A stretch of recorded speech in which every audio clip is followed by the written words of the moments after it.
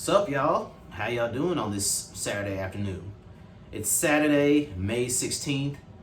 To all my listeners in Bowling Green, Kentucky, the state of Kentucky, or wherever you might be listening from, welcome to another edition of the All Cats Everything and Then Some podcast. I'm your host, Deshaun. I know it's been a while since I've recorded. I've been busy, y'all. My apologies. Been working more overtime than usual at my job, plus working a second job. Just been hard to find time to record. I mean, I hope this doesn't surprise y'all. I mean, it probably doesn't, but I don't get paid to do this. But that is the ultimate goal. I do want to get paid to do this. I want to be the number one voice in sports media for the Kentucky Wildcats. I do want to be one of the top voices in sports media, and that's the goal that I'm shooting for. One of these days, when y'all hear my voice, y'all gonna think back and be like, hey, I remember listening to Deshaun. He used to record those videos on YouTube for free. He done came a long way. So that is the ultimate goal. That's the prize that I'm eyeing, just in case you wanted to know a little bit more about me.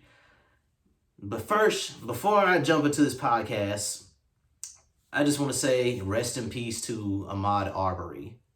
If you haven't heard by now, Ahmaud Arbery, he was gunned down in Georgia by two racist men who chased him in their pickup truck, then they shot him in the chest. And they almost got away with it. The reason why they didn't get away with it is because a video went viral on social media that showed him getting gunned to death. The messed up thing is he was killed in February, and the men who did it just now got arrested here in May. Like, I don't know what it's going to take for stuff like this to stop happening, but that's just ridiculous. From the men who killed him, try to say they did it because he looked suspicious, because there were some burglaries happening in that neighborhood. Okay, even if that was true, that don't mean you can go in your pickup truck and shoot somebody in the chest. I mean, if he was guilty of something, he should have been given the right to a trial. But y'all took it away from him because y'all some racist cowards. Rest in peace, Ahmaud. And to the men that killed him, yeah, I mean, may God have mercy on your soul, on your souls. Now, I mean, they should get the electric chair or lethal injection, or maybe someone should put a bullet in their head, but it's not my call. But they don't deserve any sympathy from anybody. So again, rest in peace to Ahmaud Arbery. Moment of silence for Ahmaud Arbery.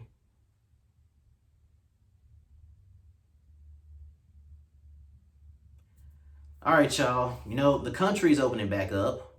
But just because things are opening back up doesn't mean the coronavirus has gone away. It's still out there, people. Now, I'm not saying live your life in fear. I'm not saying lock yourself up in your house. All I'm saying is be smart. Don't be stupid. Don't be inconsiderate. Be smart. Think about other people. Don't just think about yourself. Yes, if you do catch the coronavirus, it doesn't mean you're going to die.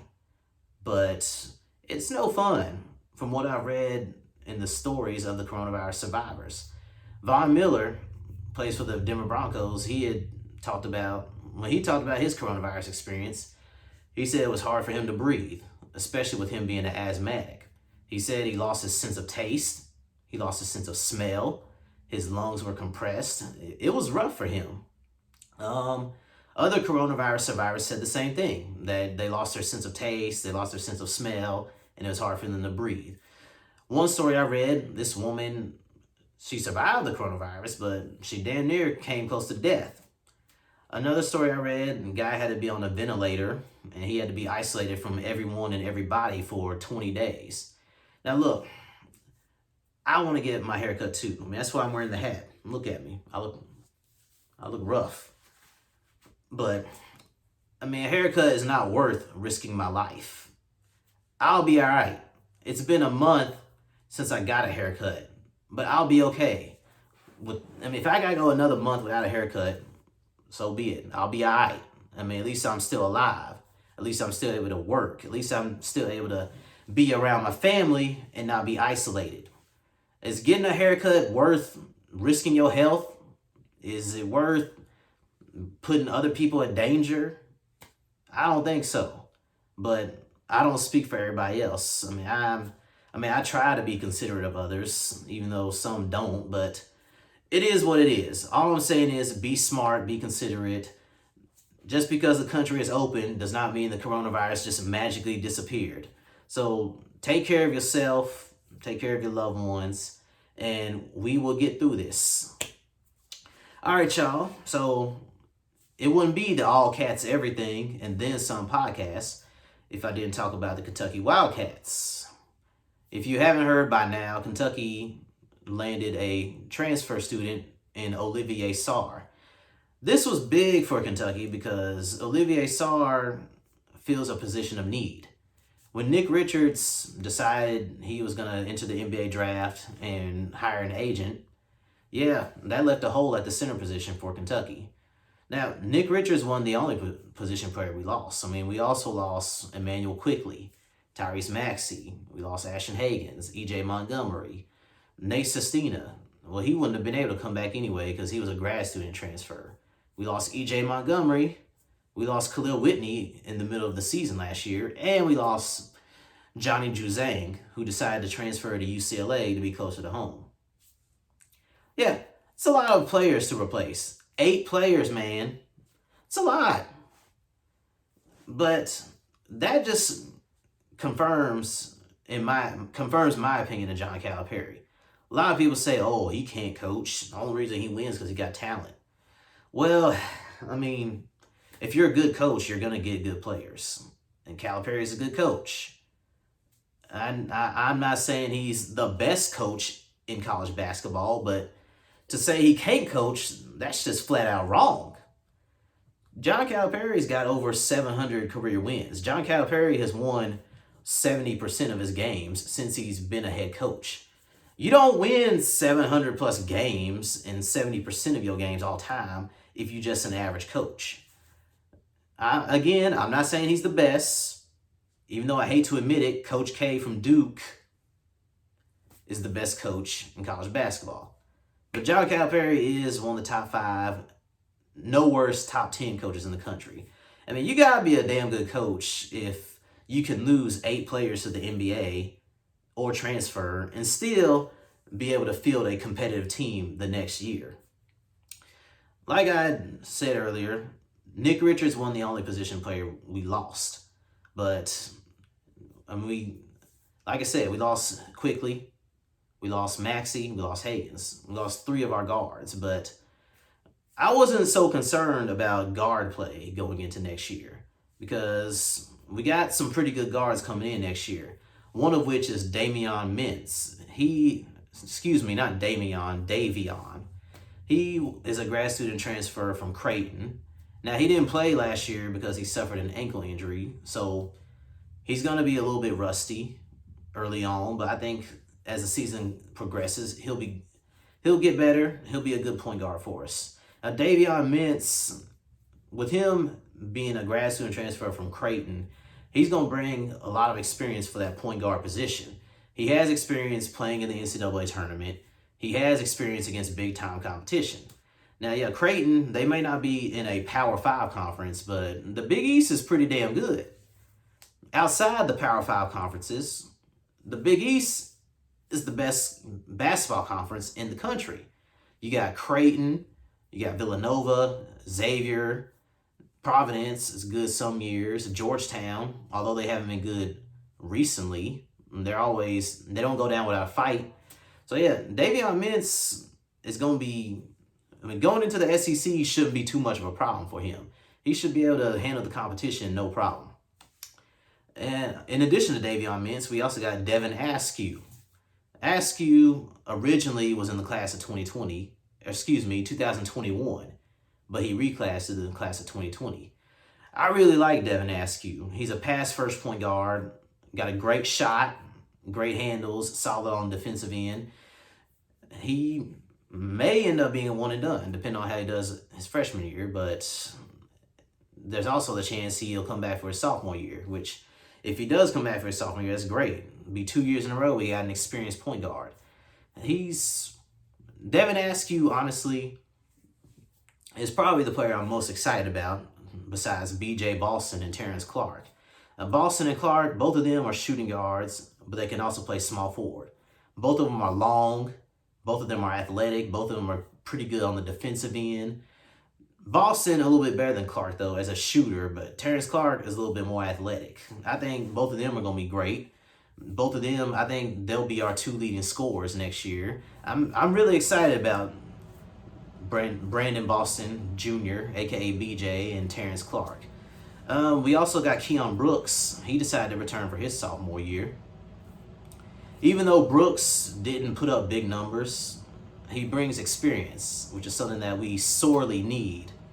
Brooks, last year during his freshman year, he averaged about 4 points, 3 rebounds. I believe he shot 48% from the field. Yeah, they're not great numbers, but throughout the season, Keon Brooks showed flashes of brilliance. I believe he had a double-double against Arkansas. He had a pretty good game against Florida in the last game of the year as well. In a game that went down to the wire, and Kentucky ended up winning. So yeah, I wasn't concerned about our guards. I wasn't concerned about our forwards. But center, I was definitely concerned about that because, even though we have the number 1 rated recruiting class, Kentucky hasn't had the best of luck with big men ever since Bam Adebayo came to Kentucky and left after his freshman year. Nick Richards, yeah, he was bad. There's no other way of saying it. He was bad his freshman year and his sophomore year. But his junior year, he was pretty great. He was a finalist for SEC Player of the Year. I think he won SEC Defensive Player of the Year. At times, he was our best player on the floor.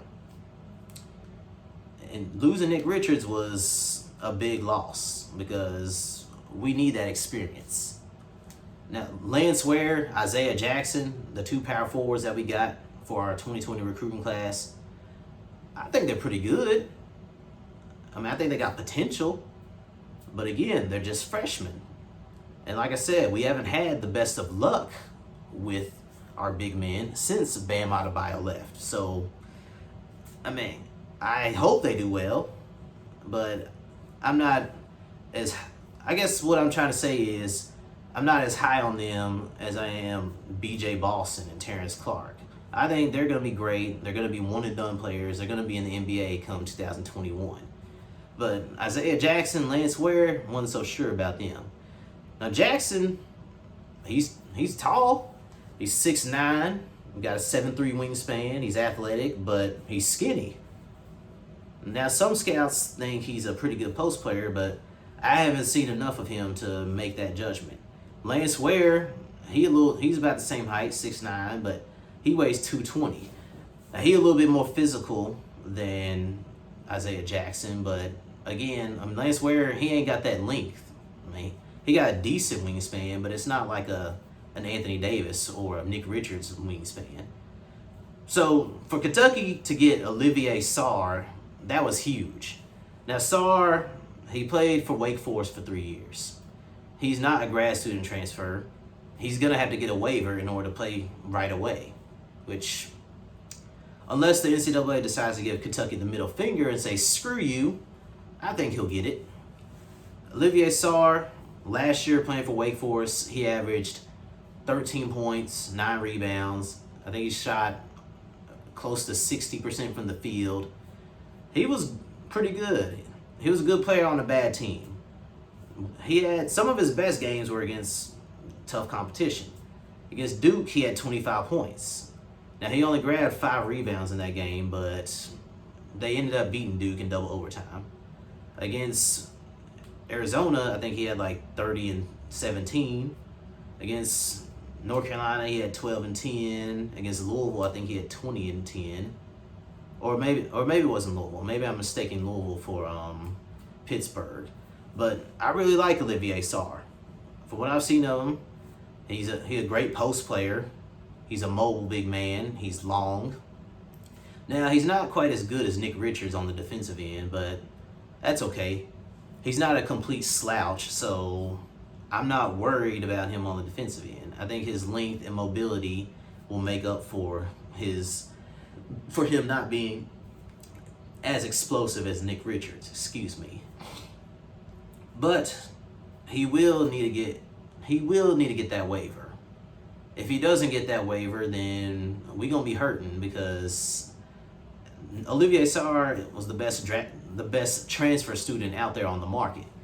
Initially, Kentucky tried to get Matt Harms, the grad student transfer from Purdue. I thought we was gonna get him. Matt Harms narrowed his list down to 3, and Kentucky was one of 3 finalists, along with Texas Tech and BYU. But instead of choosing Kentucky, he chose BYU.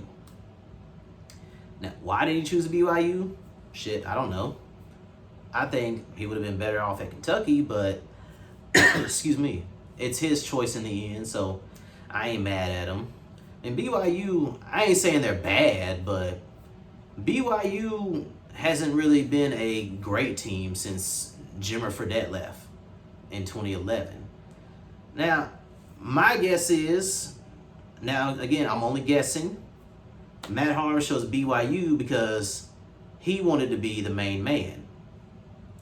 If he would have came to Kentucky, he would have had to share the spotlight with B.J. Balson, Terrence Clark, and maybe Devin Askew.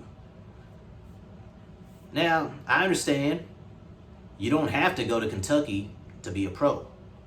If you're good, it don't matter where you go to school. The scouts are going to find you. But you have a better chance of the scouts finding you at Kentucky than you do scouts finding you at BYU. And Jimmer Fredette is the last player I remember that got drafted out of BYU, and that was in 2011. I don't think BYU has had anyone get drafted in the NBA since Jimmer Fredette, but I could be wrong on that, so don't quote me. Now, if he would have went to Kentucky, he would have got, again, plenty of exposure. He would have been coached by one of the best coaches in the game in John Calipari, and who knows, maybe he would have got to the NBA. Kentucky has a good track record of putting dudes in the NBA, especially big men. DeMarcus Cousins, Patrick Patterson, Skal Labissiere, even though he didn't turn out great, Bam Adebayo, Karl Anthony Towns, Willie Cauley-Stein, PJ Washington, and now soon to be Nick Richards. Yeah, Kentucky knows how to get big men ready for the league. So, I don't know. I'm not saying Matt Harms made a mistake, but if Olivier Sarr doesn't get that waiver, yeah, we're going to be hurting because then we'll have to rely on Isaiah Jackson or Lance Ware to be our starting center, which I think they can do it. It's just with them being freshmen, there's going to be a lot of growing pains. We got plenty of talent, but experience is something we sorely lack. I mean, with just Davion Mintz and Keon Brooks, that ain't going to be enough to propel us over the top. Now, if Olivier Sarr is eligible, Kentucky goes from being a good team that might make it to the Elite Eight to being a legitimate championship contender. Yes, I'm calling it right now. If Olivier Sarr gets his eligibility, Kentucky is a championship team. Not saying they will win the championship, but I think they'll be in the Final Four and potentially get in the championship game. But I mean, that also depends on whether we're going to have sports in the fall and winter.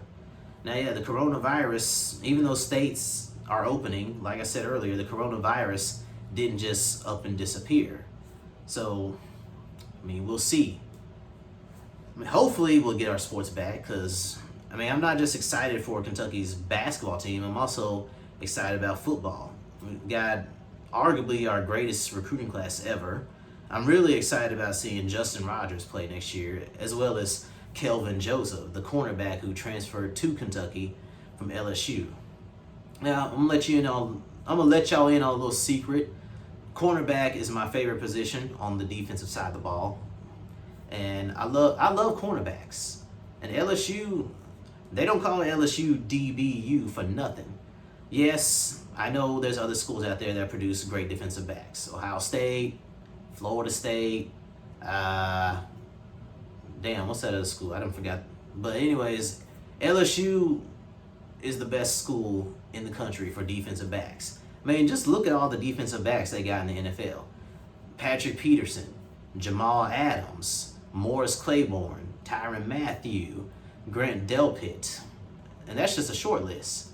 Now, I don't know why Kelvin Joseph transferred from LSU to Kentucky, but I'm glad he did.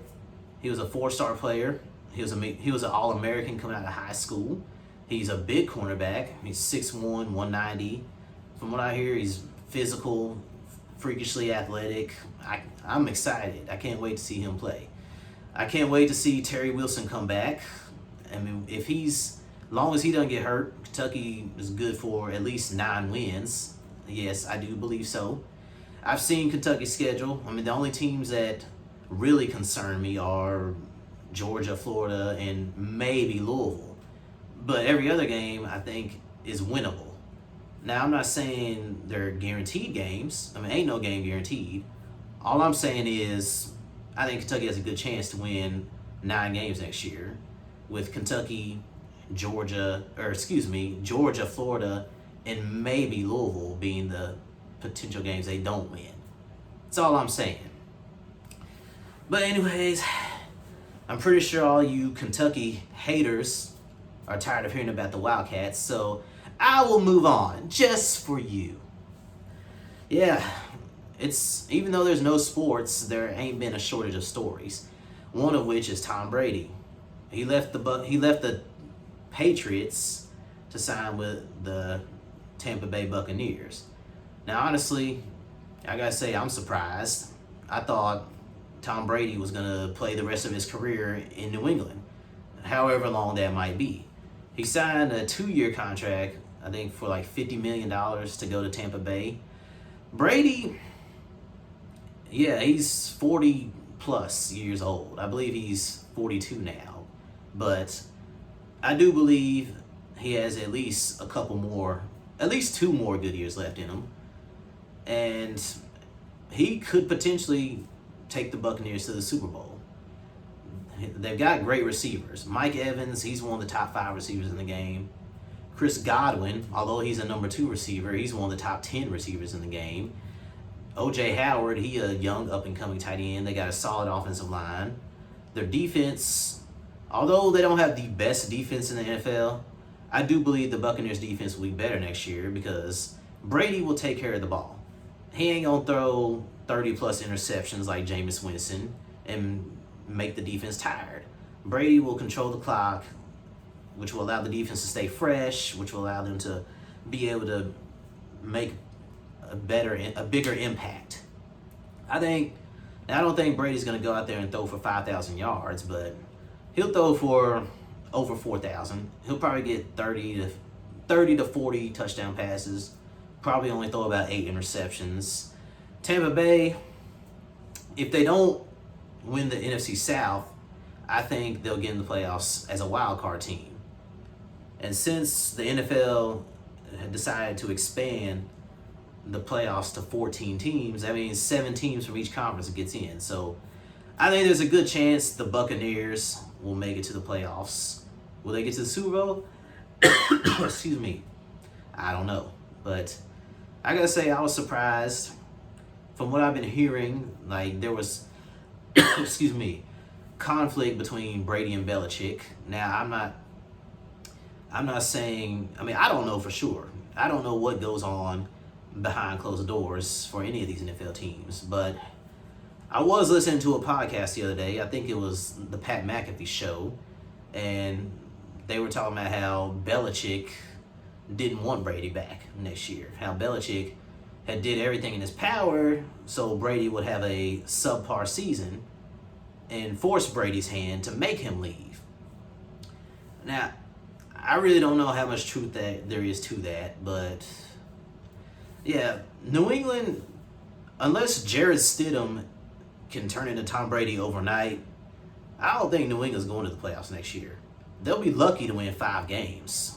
Like, they didn't do anything this offseason to improve their team. Matter of fact, they got worse, especially since they lost Tom Brady. But, I mean, I guess we'll see. I don't know. My Titans, we didn't make a whole lot of moves this offseason, but, excuse me, we drafted Isaiah Wilson in the first round of the 2020 draft. I was hoping Tennessee would have drafted Grant Delpit instead, because we could use another playmaker on the defensive side of the ball. Grant Delpit was arguably, well, in my personal opinion, he was the best safety in college basketball. Excuse me, not college basketball. He was the best safety in college football last year. And he was a big reason why LSU was able to win the national championship. But we had other plans. We went with Isaiah Wilson. I trust John Robinson. Ever since he's been the Titans general manager, he's made a lot of great moves. There hasn't been a lot of moves where I'm scratching my head questioning his motives, but so I trust John Robinson.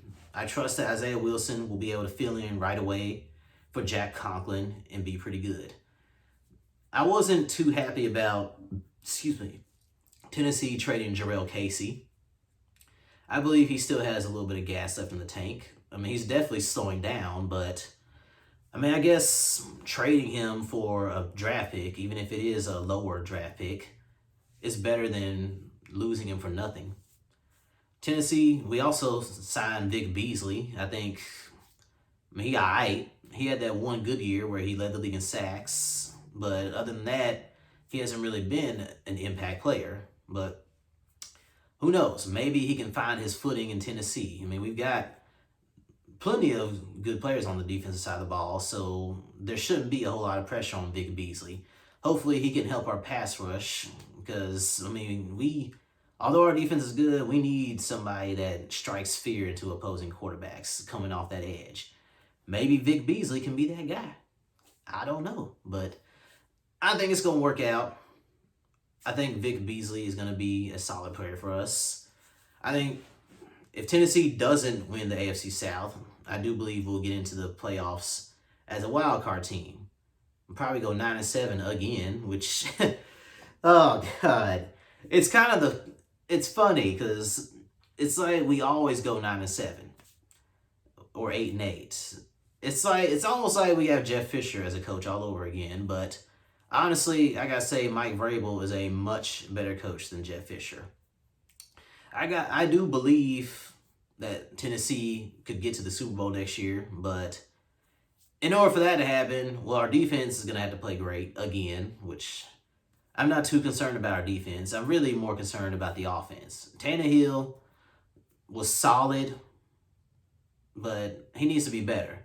I mean, he don't have to go out there and be Drew Brees or Aaron Rodgers or Tom Brady. He just needs to be a little bit better than what he was. We need to take pressure off of Derrick Henry.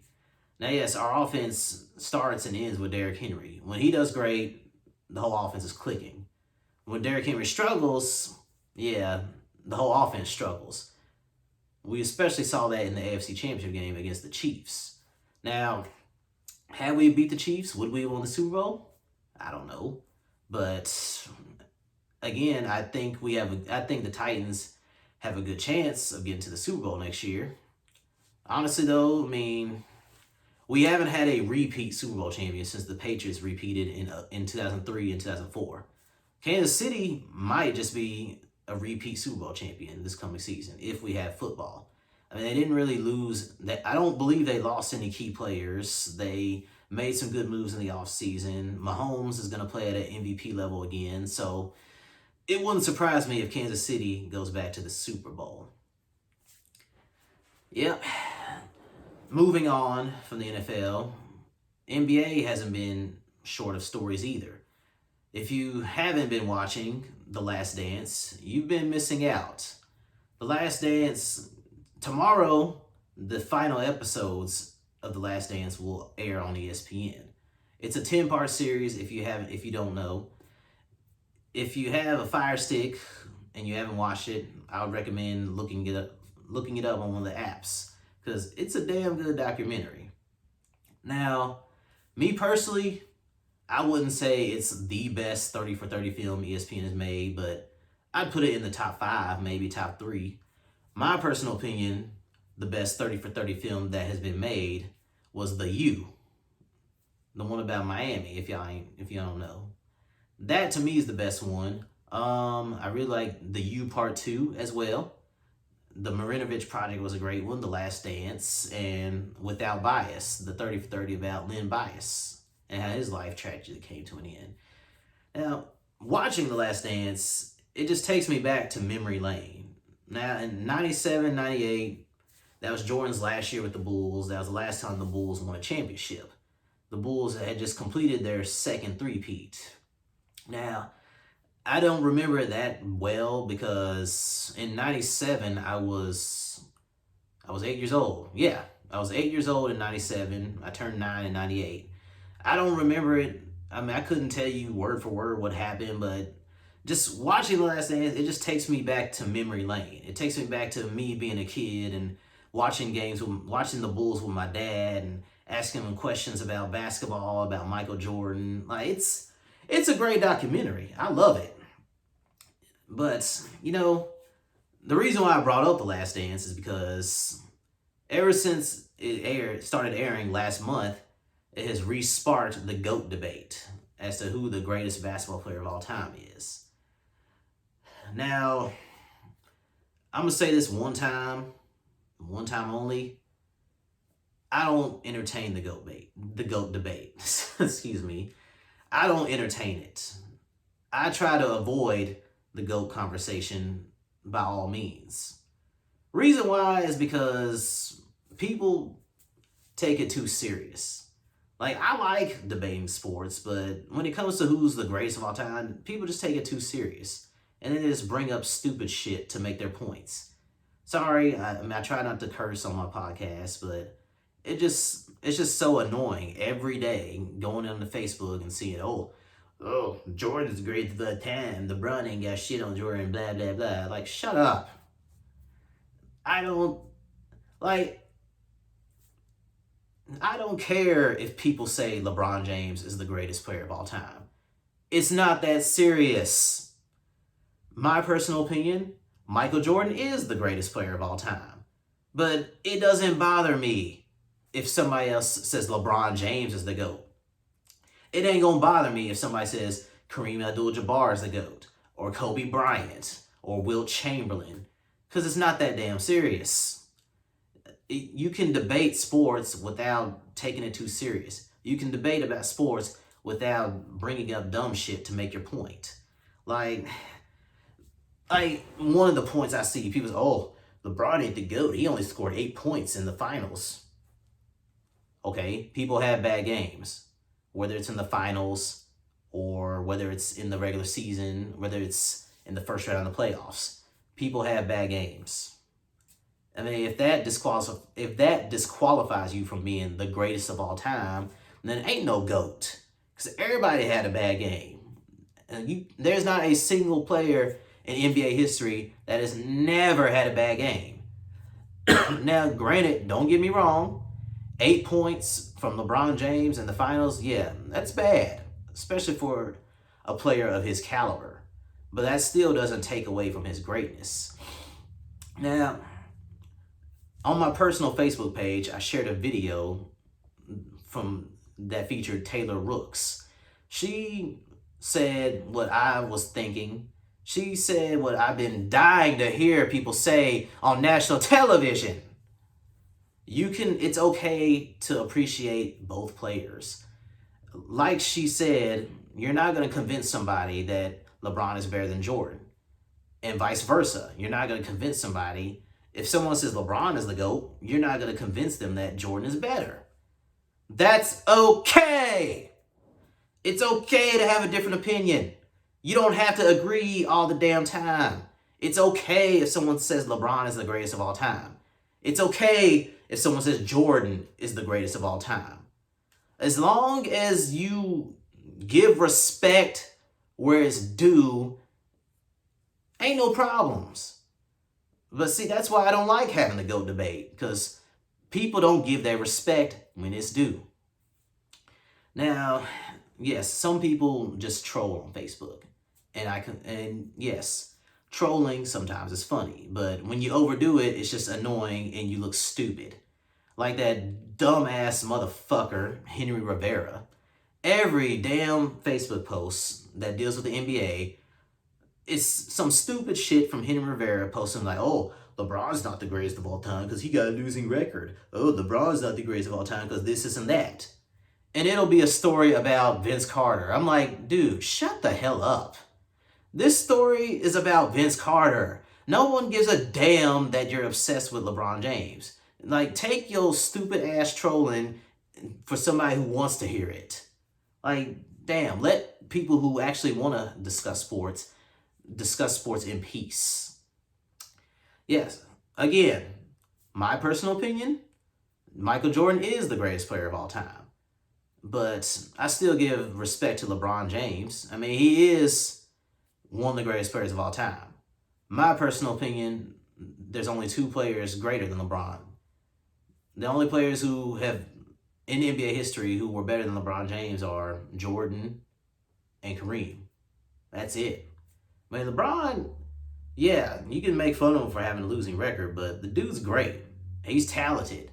He took a team full of role players and got them to the finals. Now, yes, they lost, but did you really expect a 22-year-old LeBron to lead the Cavaliers to a championship over the Spurs, who had Duncan still in his prime, Parker in his prime, Ginobili in his prime? Yeah, I don't think so. Especially when the second best player on that Cavs team was who? Daniel Gibson, who is known by his nickname Booby. Really? I mean, you put any superstar on that Cavs team, they're not gonna win the championship either against the Spurs. So that's not an indictment against LeBron. LeBron's great, whether people want to admit it or not. Nobody else has ever averaged a triple-double in the finals like LeBron. I mean, even though it was a losing effort, has anyone else done it? No. Nobody else has led both teams in all 5 major categories in the NBA Finals but LeBron. Remember 2016 when they fell down 3-1 against the Warriors and then they came back and won? Yeah, LeBron was the leader in points. Nobody on the Cavaliers or the Warriors averaged more points than LeBron, more rebounds than LeBron, more assists than LeBron, more steals, or more blocks than LeBron. Just for him doing that, he's top 3. I don't care if he has a losing record. He's top 3 all time. I mean, until somebody else comes along and leads both teams in all 5 stats, holla at me. Now, I ain't saying it can't be done. I mean, it could be done again. But the only player who I could see leading all 5 teams who could lead both teams in all 5 major statistics in the finals is Giannis, if he ever gets there. That's it. I mean, besides Giannis, or maybe my guy, Luka Doncic. I mean, besides those two, I don't think there's anybody else in the NBA who could do it. Well, actually, no. Maybe Kevin Durant, if he can lead the Brooklyn Nets to the finals. But, yeah. Jordan's the greatest player of all time. LeBron is number 3. Kobe's number 5. Which, that kind of leads me to my next point. Like, I saw a post where Jamal Crawford was like, oh, if you don't have Kobe in the top 5, it's disrespect. What? How? How's that disrespect? Look, I mean, I'm not saying Jamal Crawford's opinion is wrong. I'm not saying he can't have an opinion, but everybody's opinion is not going to be the same. I've seen different lists for who the greatest players of all time are. I've seen ESPN's list, Bleacher Report, Athlon Sports, CBS, whoever it might be. I've seen a lot of them, and every one of them has Kobe in the top 10. Some of them got Kobe in the top 5, some don't. But why is top 10 such a bad thing? That's the thing that confuses me. Why is it disrespectful? Okay, let's say Bleacher Report had Kobe at number 6. How's that disrespect? It's still top 10. It's not like Bleacher Report was saying, oh, Kobe's the 98th best player of all time. Now, yeah, that would be disrespect because there's not 97 players in NBA history better than Kobe. Again, like I said, Kobe's number 5 for me, but I don't see it as disrespect if someone had him at number 6 or number 7 or number 8.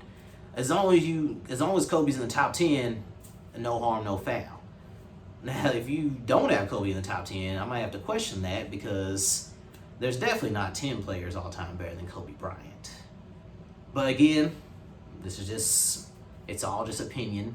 It ain't facts. There's no way to prove. I mean, you can use facts to support your opinion, but at the end of the day, it's just an opinion. Jordan is the GOAT to most people, myself included. But there's some people that think Kobe's the GOAT. There's some people that think LeBron is the GOAT. There's some people that think Kareem is the GOAT. Nobody's going to agree, and that's okay. All I'm saying is, listen to me now. This is all I'm saying. Give respect when it's due. It's not that fucking hard. Anyways, moving on from the GOAT topic, there was one last thing I wanted to discuss was this beef between Draymond Green and Charles Barkley. Now, I think the beef started back in February when Charles Barkley had questioned Draymond Green's effort after he got himself ejected from a game. To which Draymond Green replies that he could do Charles Barkley's job better than him. And it's excuse me, I'm sorry. It's the whole beef is just funny to me. Like, Draymond Green, yeah, he talks a lot of smack, but you're not gonna beat Charles Barkley in the smack talk. So, dude should just give it up. The whole beef is just funny to me because it's like no matter what Charles Barkley says about him, his only rebuttal is, "Oh, but I got 3 rings. I'm better than you. Oh, I changed. I made more impact than you." It's like, wait, time out. You're better than Charles Barkley? Really? Oh man, that's hilarious. I mean, Draymond Green obviously is not lacking in confidence, but you're not gonna find a single basketball expert or basketball fan that's gonna say Draymond Green is better than Charles Barkley. Like, get the hell out of here, Draymond. You're not better than Charles Barkley, dude. Like, come on. Like, this whole thing is just, it's funny. Like, I think the funniest thing that Charles Barkley said is that Draymond Green is like a singer in a boy band who thinks all the fans are cheering for him, but he doesn't realize he's standing next to Justin Timberlake. I mean, I think that's a good analogy. I got one myself. I made a personal post on my Facebook saying Draymond Green is like Michelle Williams of Destiny's Child. Within the group Destiny's Child, Michelle Williams is great. But as a solo artist, I mean, don't nobody care about Michelle? Come on, man. Like, Stephen Curry is like Beyonce. He got all the popularity. He's super talented. Everybody loves him. Klay Thompson is like Kelly Rowland. Now, Kelly, she's not as popular as Beyonce, but she's just as talented. She do got a following. I mean, people love her too. But Michelle, yeah, people don't love her like that.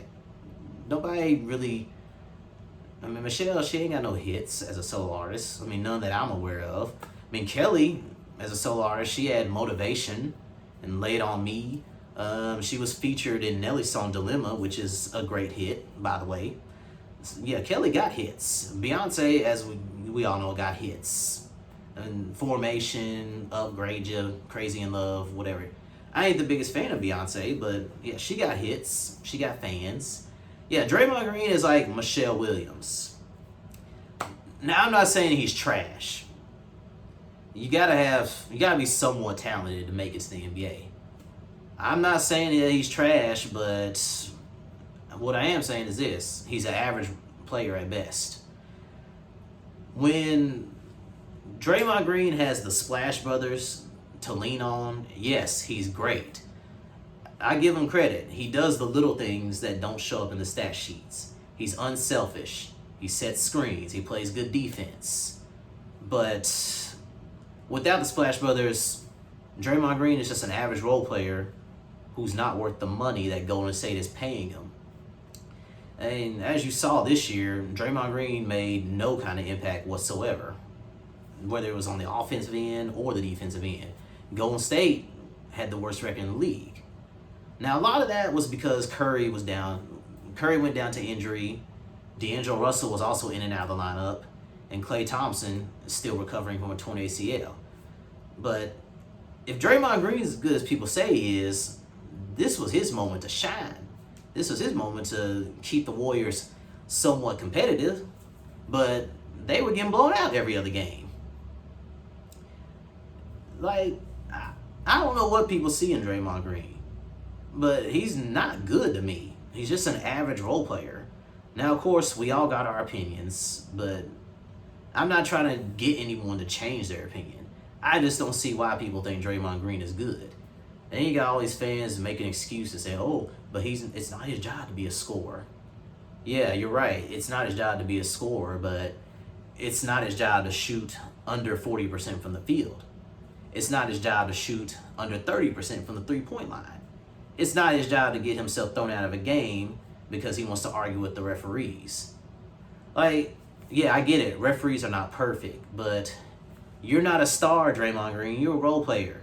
Yeah, the preferential treatment is only for the star players, like LeBron James, like Giannis, James Harden. It ain't for role players like you. Like, come on, man, get real. And you want to have the nerve to say that you're better than Charles Barkley? Like, dude, you're not. Yeah, Charles Barkley may not have a championship, but he did win MVP when Jordan was still at the prime of his career. He led the Suns to the NBA Finals. He was the leading scorer on the Dream Team, even though he wasn't the best player. Charles Barkley is 100 times better than you, Draymond. Like, it's not even close. Yeah, you're lucky you got drafted by the Warriors, because if you would have got drafted by a team like, say, the Knicks or the Sacramento Kings back in 2012, you probably wouldn't even be in the NBA right now. Honestly. But this dude want to say he better than Charles Barkley. Like, come on, man, get out of here. You're not. Charles Barkley is, my personal opinion, third best power forward to ever play the game. Only two power forwards better than him were KG and Tim Duncan. Draymond Green ain't even a top 10 power forward in the NBA right now. But you want to say that you're better than Charles Barkley. Come on, man. Get real.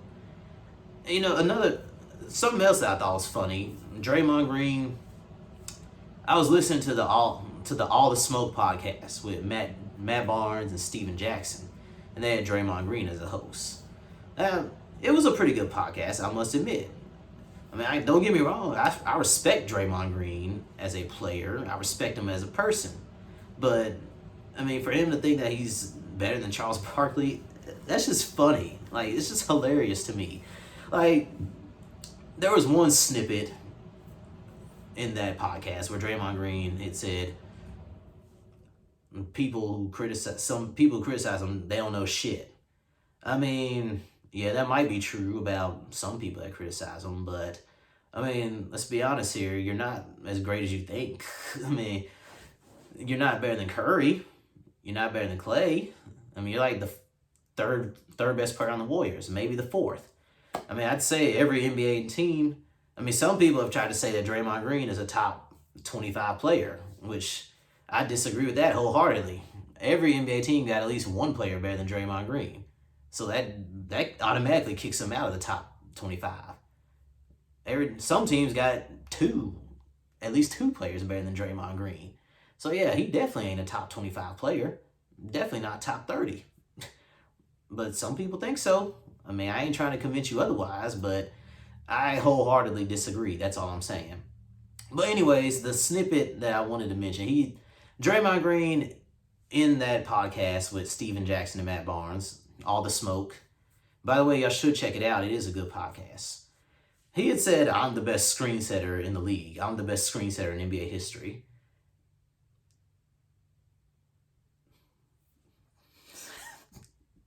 I'm I tr- I tried.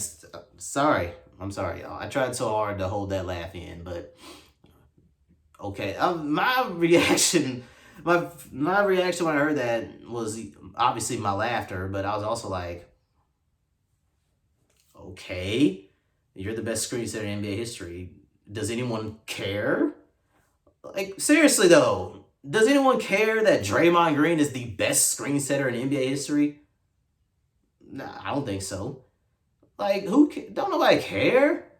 I mean, have you ever been in a barbershop and they're talking and somebody asks, hey, dog, who you think the best screensaver is in NBA history? I haven't. I mean, I've heard all kinds of different conversations in the barbershop. I mean, I've heard people ask, who's the best player of all time? Who's the best shooter, the best scorer, the best defender? But not once have I ever walked in a barbershop and somebody gonna ask, hey, yo, dog, who the best screensaver? Who the best screensetter of all time? I mean, yeah, you can have that honor, but I don't think anyone cares enough to debate it. That's pretty much all I'm saying.